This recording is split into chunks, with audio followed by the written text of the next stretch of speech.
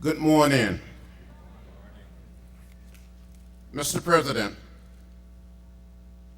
Mr. Chairman, members of the Board of Trustees, distinguished faculty, parents, family, and friends, and to the class of 2013, I'm delighted and very pleased to be with you on this very important occasion.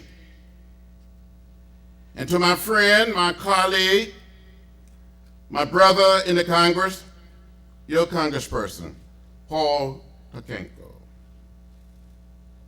You're a beautiful group.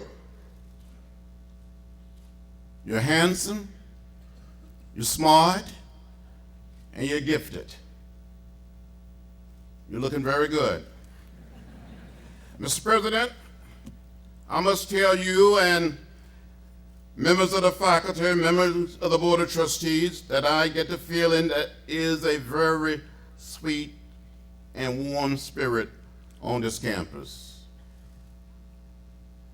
I'm honored to be honored with you, Professor, Doctor. Thank you. Now, you heard that I didn't grow up in a big city like Troy, New York. I grew up outside of Troy, Alabama. You heard the president tell you that my family was sharecroppers. But in 1944, when I was only 4 years old, and I do remember when I was 4, my father had saved $300, and with the $300, he bought 110 acres of land. My family still own that land today. On this farm, we raise a lot of cotton and corn, peanuts, hogs, cows, and chickens. It was my responsibility as a little boy on that farm to care for the chickens. And I fell in love with raising chickens like no one else could raise chickens. I know as a graduate, you're very, very smart. But you don't know anything about raising chickens. I know some of you love to eat chicken, but you really don't know anything about raising chickens. As a little child, I had to take the fresh eggs, mark them with a pencil, place them under the setting hen, and wait for 3 long weeks for the little chicks to hatch. Some of you may be saying, now, John Lewis, why do you mark those fresh eggs with a pencil before you place them under the setting hen? Well, from time to time, another hen will get on that same nest, and there will be some more eggs. And you have to be able to tell the fresh eggs from the eggs that were already under the setting hen. Do you follow me? You don't follow me, it's okay. It's all right. So when these little chicks were hatched, I would fool these setting hens. I would cheat on these setting hens. I would take these little chicks and put them in a box with a lantern. Raise them on their own or give them to another hen. Get some more fresh eggs, mark them with a pencil, place them under the setting hen, encourage the setting hen to stay on the nest for another 3 weeks. When I look back on it, it was not the right thing to do. It was not the most loving thing to do. It was not the most nonviolent thing to do. It was not the most democratic thing to do. But I was never quite able to save $18.98 to order the most inexpensive incubator or hatcher from the Sizzle Roebuck store. Now, as young graduate, you're too young to remember. But during my time, we would get a catalog. Some people call it the ordering book, the Sizzle Roebuck catalog. It's a big book, heavy book, thick book. Some people call it the wish book. I wish I had this, I wish I had that. So I just kept on wishing. But as a little child, about 7 or 8 years old, I wanted to be a minister. I wanted to preach the gospel. So from time to time, with the help of my brothers and sisters and my cousins, we would gather all of our chickens together in the chicken yard. And my brothers and sisters and cousins would line the outside of the chicken yard, but along with the chickens, they helped make up the audience, the congregation. And I would start speaking or preaching, and when I look back on it, some of these chickens would bow their heads. Some of those chickens would shake their heads. They never quite said amen. But I'm convinced that some of those chickens that I preached to during the 40s and the 50s tended to listen to me much better than some of my colleagues listen to me today in the Congress. As a matter of fact, some of those chickens were just a little more productive. At least they produce eggs. Paul, don't tell him I said it, but that's the way I believe. That's what I believe today. I'm going to be very brief. This is your day. Enjoy it. Take a deep breath. Roll up your sleeves and go out there and find a way to get in the way. When I was growing up outside of Troy, Alabama, and would visit Montgomery, visit Tuskegee, visit Birmingham,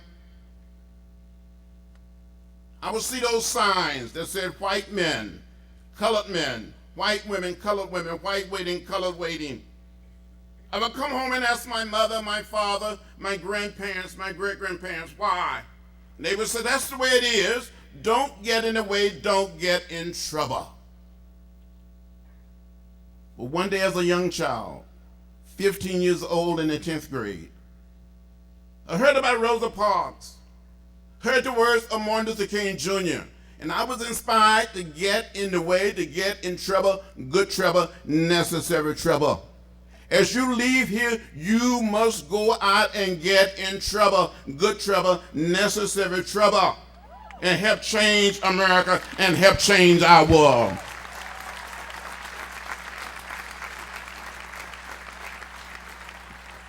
You have received a very good education. Union College is the best. I know members of Congress that graduated from this college. A former chief of staff of mine graduated from this college. You're prepared to go out there and speak up and speak out. You are prepared not to be shy, to be courageous, to be a good courage, to be daring. Just do it. The world is waiting for you. The 21st century is waiting for you. You must lead. You must be a headlight and not a tail light. You must be a pilot light and not a firecracker that just shoot off. But you must continue to burn and continue to be a light. Find a way to get in the way. You know, I did cross the bridge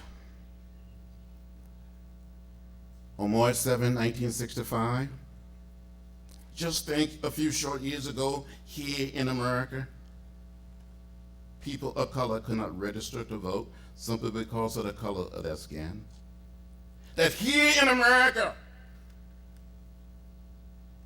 almost 50 years ago, 3 young men that I knew, 2 from New York, 1 from Mississippi, Andy Goodman, Mika Schreiner, and James Shaney went out Sunday night, June 21st, 1964, to investigate the burning of an African-American church that was being used for voter registration workshop. These 3 young men were stopped by the sheriff, taken to jail. Later that night, they were taken from jail and turned over to the Klan, where they were beaten, shot, and killed. These 3 young men, young and Goodman, only 19 years old, a student at Queen College. These 3 young men didn't die in Vietnam. They didn't die in the Middle East, or Eastern Europe, or Central or South America. They died right here in our own country, trying to gain the right to vote for all of our citizens. Back in 1964, the state of Mississippi had a black voting age population of more than 450,000, and only about 16,000 blacks were registered to vote. One county in Alabama, between Selma and Montgomery, the county was more than 80% African American, but there was not a single registered African American voter in the county. people stood in unmovable lines in places like Selma, where only 2.1% of blacks of voting age were registered to vote. People beaten, arrested, and jailed. And I know many of your classmates have traveled to Montgomery, to Selma, to Birmingham, to Atlanta, to Little Rock, to Memphis, and other places. I hope that each and every one of you that travels south to visit the historic sites and landmarks have been inspired, have been changed. And I want to thank your teachers. I want to thank your president for being part of that effort. Whatever we do, we must do it here and now to redeem the soul of America and create the beloved community. As a young child, I committed myself to the way of peace, to the way of love, to the way of nonviolence. So on March 7, 1965, Bloody Sunday, 600 of us lined up in twos to walk in an orderly, peaceful, nonviolent fashion crossing the Edmund Pettus Bridge. We thought we would be arrested and go to jail. I was wearing a backpack before it became fashionable to wear backpacks. In this backpack, I had 2 books. I wanted to have something to read in jail. Had 1 apple, 1 orange. I wanted to have something to eat. In that backpack, I also had a toothbrush and toothpaste. I was going to go to jail with my friends, my colleagues, and neighbors. I wanted to be able to brush my teeth. We get to the edge of that Pettus Bridge, crossing the Alabama River. Down below, we saw all of this water, and I said to the young man walking beside me from Dr. King's organization by the name of Jose Williams, I said, "Jose, can you swim?" He said, "No." He said, "John, can you swim?" I said, "No." I said, "Well, there's too much water down there. We cannot jump. We must go forward." We came to the apex of the bridge. Down below, we saw a sea of blue, Alabama State Troopers. We continued to walk. We came within hearing distance of the state troopers. And a man spoke up and said, "I'm Major John Cloud of the Alabama State Troopers. This is an unlawful march and will not be allowed to continue. I give you 3 minutes to disperse and return to your homes or to your church." And Jose Williams said, "Major, give us a moment to kneel and pray." And the major said, "Troopers, advance." They came toward us, beating us with nightsticks, bull whips, trampling us with horses, and releasing the tear gas. Was hit in the head by a state trooper with a nightstick. I thought I saw death. I thought I was going to die. I thought it was the last nonviolent protest. But 48 years later, I'm still here. And I must tell you, I'm not bitter or hostile. I don't have any hatred. I'm trying to say to you as students, as graduates, as you go out from Union College, you must go with peace, with love, with truth. And never ever give up. Never ever give in. Never get lost in a sea of despair. And never hate. For hate is too heavy a burden to bear. There's something going wrong in our society. Sometimes I feel like some of us go to bed at night mean. We dream mean. We get up mean. Have we lost the ability, the capacity to say, "I'm sorry, pardon me, forgive me"?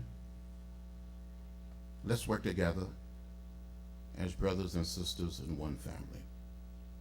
So as you leave here, you do have an obligation a mission, and a mandate to do what you can. To leave this little piece of real estate, this planet we call Earth, a little cleaner, a little greener, and a little more peaceful for generation yet unborn. Those of us that live on this little planet, as Dr. King would say, must learn to live together as brothers and sisters, or we will perish as fools. Gandhi put it another way: it is non-violence or non-existence. The way of love, the way of non-violence, the way of peace is a more excellent way. I suggest to you, as you leave, not just walk with the wind, but walk with the spirit of history, and walk and live with the spirit of Union College. I'll tell you one little story and I'll be finished. When I was growing up outside of Troy, Alabama, 50 miles from Montgomery, I had an aunt by the name of Seneva. And my Aunt Seneva lived in what we call a shotgun house. I know here in this community, in this part of New York, you never seen a shotgun house. You don't know what I'm talking about. My Aunt Seneva didn't have a green manicured lawn, had a simple plain dirt yard. And sometime at night you can look up through the holes in the ceiling of the tin roof of the old house and count the stars. When it would rain, she would get a pail, a bucket, or a tub and catch the rainwater. From time to time, she'd walk out into the woods and cut branches from a dogwood tree and tie those branches together and make a broom, and she called that broom the breast broom. And she would sweep this dirt yard very clean, sometimes 2 and 3 times a week, but especially on a Friday or Saturday, because she wanted that dirt yard to look good during the weekend. One Saturday afternoon, a group of my brothers and sisters and a few of my cousins were playing in my Aunt Seneva dirt yard, and an unbelievable storm came up. The wind started blowing, the thunder started rolling, the lightning started flashing, and the rain started beating on the tin roof of this old shotgun house. My aunt became terrified. She started crying. She thought this old house was going to blow away. She got all of us little children together and told us to hold hands. And as little children, we did as we were told. Now, for some of you who may not know what a shotgun house is, in a nonviolent sense, it's an old house, one way in, one way out, where you can bounce a basketball through the front door and it will go straight out the back door. Well, as the storm continued, my aunt became terrified, and she cried and cried and kept crying. And when one corner of this old house appeared to be lifting from its foundation, had us to walk to that corner to try to hold the house down with our little bodies. As the other corner appeared to be lifted, she had us to walk to that side. We were little children walking with the wind, but we never, ever left the house. As you go out into the larger world, you must keep in mind that in our American house, it doesn't matter whether we are black or white, Latino, Asian America, or Native America. It doesn't matter whether we're straight or gay. We're one people, we're one family, we're one house. We all live in the same house. Not just in America, but around the world. We are brothers and sisters. So I say, go in peace with one love. Thank you very much.